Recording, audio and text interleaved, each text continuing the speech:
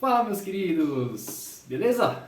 Tudo bem com vocês? Bem-vindos, bem-vindas ao JetBreak para a gente fazer o review, o resumo do Grande Prêmio da Arábia Saudita de Fórmula 1, segunda etapa do Mundial 2023 da categoria. Com a vitória do Checo Pérez, o ministro da Defesa do México venceu o Grande Prêmio da Arábia Saudita, vai se consolidando como o rei das pistas de rua, né? Ele já tinha vencido no Azerbaijão, lá nas ruas de Baku, venceu em Mônaco no ano passado, venceu em Singapura também no ano passado e agora completa então a lista de corridas de rua para vencer. Faturou então a corrida lá em Jeddah, mas tem bastante coisa para a gente falar, então sem mais delongas vamos começar então o review do GP da Arábia Saudita de Fórmula 1 aqui no JetBreak.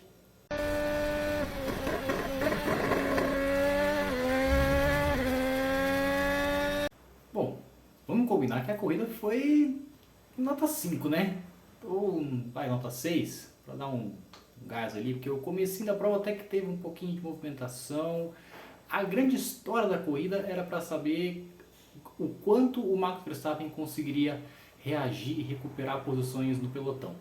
O Verstappen, que na classificação teve um problema no diferencial, acabou ficando fora do Q3, largou só na 15ª posição. Então a expectativa era para saber até onde ele conseguiria chegar e o quão rápido ele conseguiria escalar o pelotão para conseguir lutar pela vitória nessa corrida.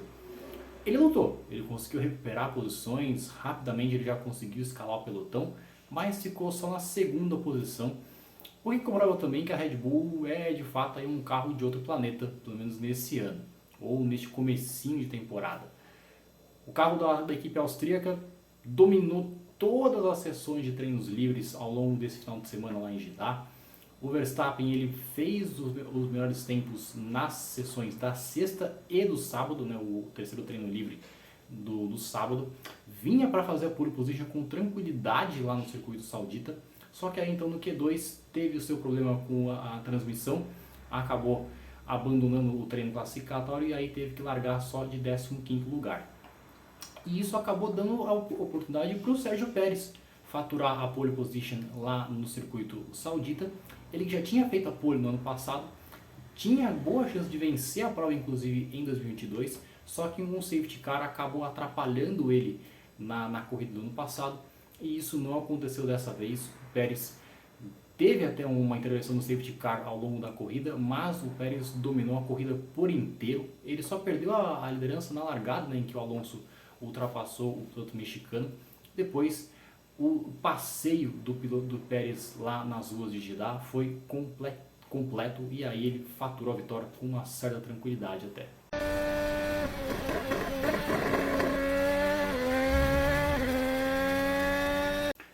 A corrida até teve uma certa movimentação no período pré-safety car. Até porque além do Verstappen e a briga dele para subir o pelotão, a gente tinha também o Charles Leclerc, que tinha largado na 12ª posição, ele que tomou uma punição por ter uma troca na sua centralina eletrônica nesse final de semana. Então ele precisou tomar uma punição de 10 posições no grid de largada, e isso acabou fazendo com que ele largasse na 12ª posição e também foi escalando o pelotão junto com o Verstappen. O Leclerc ele até fez uma estratégia diferente no começo da prova, ele largou com os pneus macios, ao contrário de todo mundo que largou com pneu médio ou até mesmo pneu duro, para justamente tentar escalar o pelotão o mais rápido possível. Só que já na parte final da prova ficou muito claro que a Ferrari não tinha ritmo nenhum para lutar de frente nem com a Red Bull, óbvio, que não tinha nem chances, muito menos com a Aston Martin do Fernando Alonso. E o mais incrível que pareça, a Mercedes mostrou um ritmo de corrida muito bom nesse final de semana. A Mercedes que estava já quase no fundo do poço, né? O Hamilton soltando os cachorros para cima da equipe, o Toto Wolff falando que já estava pensando até em abrir mão do desenvolvimento desse ano para focar no carro de 2024. Teve um bom final de semana, por incrível que pareça, a Mercedes conseguiu ressurgir um pouco das cinzas. A equipe alemã que já no ano passado já era notada por ter um carro que tinha um bom ritmo de corrida, ao contrário da classificação, e mostrou isso lá em Jeddah. Pelo menos a equipe ficou ali na 4ª e na 5ª posições com o George Russell e Lewis Hamilton, O que mostra que assim, o carro não é de todo ruim. Não é um carro que vai lutar por título mundial. Acho que está muito claro que a Red Bull deve brigar sozinha pelo título desse ano. Mas a Mercedes pode ser que também com algumas atualizações, pode até ser que incomode um pouquinho a Red Bull mais para a parte final do ano. Vamos ver como é que vai ser o desempenho do Russell e do Hamilton ao longo da temporada. Mas pelo menos acho que já é um alívio para a equipe que pelo menos o carro não é a carroça que se mostrava lá no Bahrein, né? Então...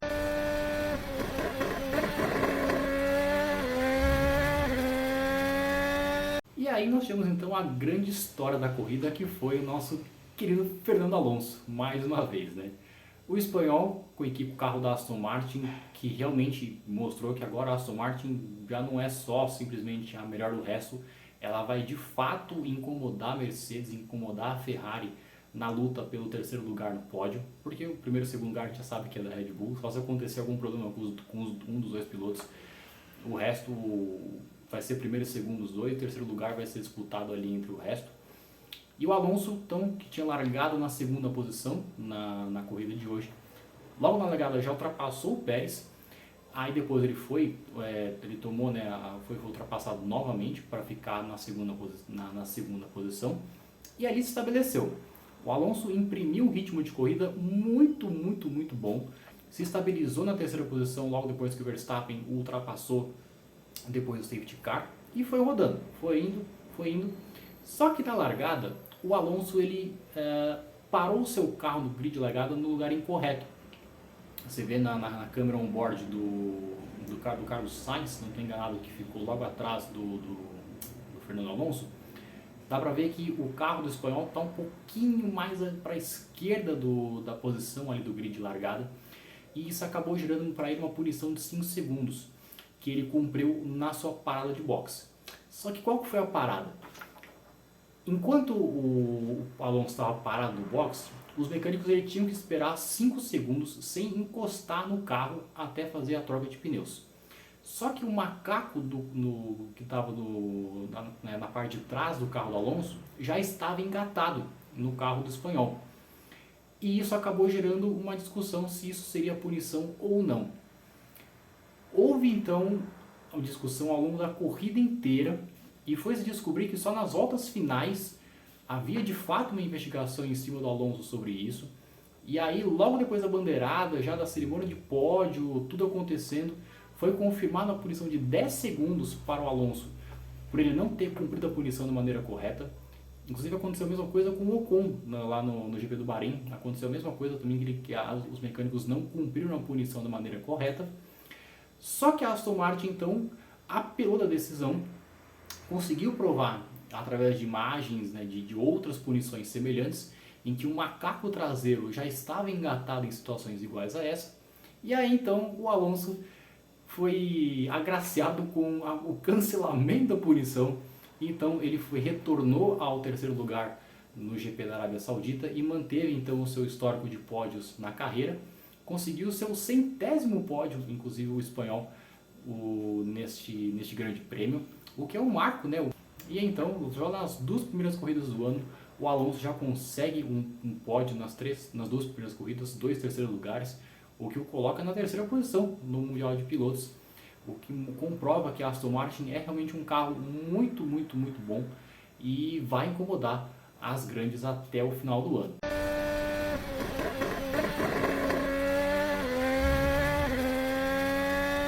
Então vamos então à classificação final dos 10 primeiros colocados, aqueles que marcam pontos lá no GP da Arábia Saudita. Tivemos então a vitória do Pérez, com o Max Verstappen na segunda posição. Verstappen que na última volta conseguiu a volta mais rápida e isso o manteve na liderança do campeonato.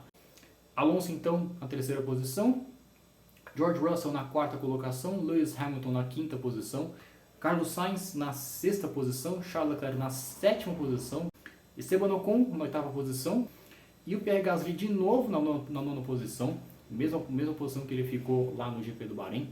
E na 10ª posição, última posição que dá pontos, o Kevin Magnussen da Haas.